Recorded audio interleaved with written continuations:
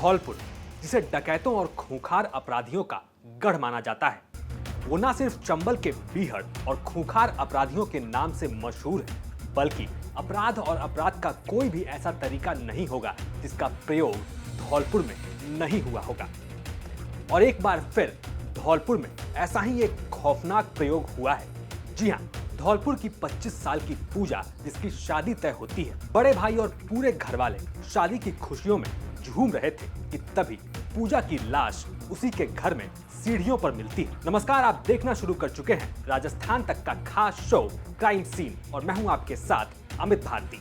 धौलपुर जिले का सरमथुरा इलाका, परौली गांव की रहने वाली 25 साल की पूजा, जिसकी शादी तय होती है और शादी तय होने के महज 5 दिन बाद ही धौलपुर पुलिस पूजा के ब्लाइंड मर्डर होने का खुलासा करती है। लेकिन आखिर हंसती खेलती पूजा की जान उसके एक रिश्तेदार ने ही क्यों ले ली, और रिश्तेदार भी ऐसा जो उससे प्यार करने का दावा करता था। जी हाँ, ये कहानी आपको प्यार के एक और खौफनाक अंजाम से रूबरू कराएगी। धौलपुर में एक तरफ शादी की शहनाइयां बज रही थी और दूसरी तरफ शहनाइयों को मातम में बदलने का इंतजाम हो रहा था। जी हाँ, पूजा, जिसकी शादी तय होती है, सगाई होती है और उसके 5 दिन बाद प्रियांशु नाम का एक लड़का उसके घर में घुसता है और दिन दहाड़े उसका गला घोंटकर जान ले लेता है। जी हाँ, बिल्कुल सही सुन रहे हैं आप।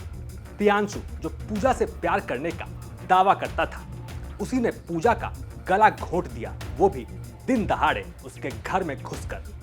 बिल्कुल सनसनीखेज था और एकदम प्लांट मर्डर था, जिस पर श्रीमान जिला पुलिस अधीक्षक महोदय धौलपुर के निर्देशन में अतिरिक्त पुलिस अधीक्षक एडीएफ बाड़ी और पुलिस उपाधीक्षक सरमथुरा के सुपरविजन में हम लगातार उक्त आरोपी को तलाश करते रहे हैं, जिसके उपरांत आज हमने इस घटनाक्रम का पर्दाफाश किया है, जिस पर हमने आरोपी प्रियांशु सन ऑफ मुकेश, जाति गर्ग, निवासी सरमथुरा का रहने वाला है, जिसको गिरफ्तार किया है, जिसने इस घटना को पूरी तरह से कबूल किया है।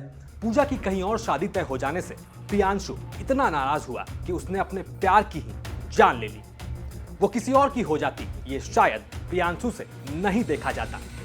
आपको जानकर हैरानी होगी कि प्रियांशु पूजा के ही बड़े भाई सौरभ का साला है और यही कारण था कि प्रियांशु का उसके घर में आना जाना लगा रहता था। प्रियांशु का उसके घर में आना जाना जल्दी ही प्यार में बदल गया और वो पूजा के साथ जीने मरने की सोचने लगा। लेकिन तभी पूजा के घर वालों ने उसकी शादी कहीं और तय कर दी।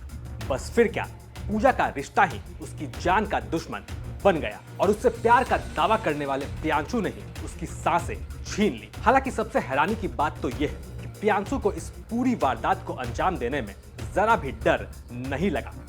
वो दिन दहाड़े पूजा के घर में घुसता है और उसका गला दबाकर निकल जाता है। बाद में परिवार वाले उसे सीढ़ियों पर गिरा हुआ पाते हैं, अस्पताल लेकर जाते हैं, जान बचाने की तमाम कोशिशें होती हैं, लेकिन पता चलता है कि पूजा अस्पताल पहुंचने से पहले ही मर चुकी थी। और कुछ इस तरह पूजा की जान के साथ अंत होता है प्रियांशु के प्यार का। आपको क्राइम सीन की आज की एक कहानी कैसी लगी, हमें कमेंट करके जरूर बताएं। अब मिलेंगे हम इसी जगह क्राइम की एक और दिलचस्प कहानी लेकर।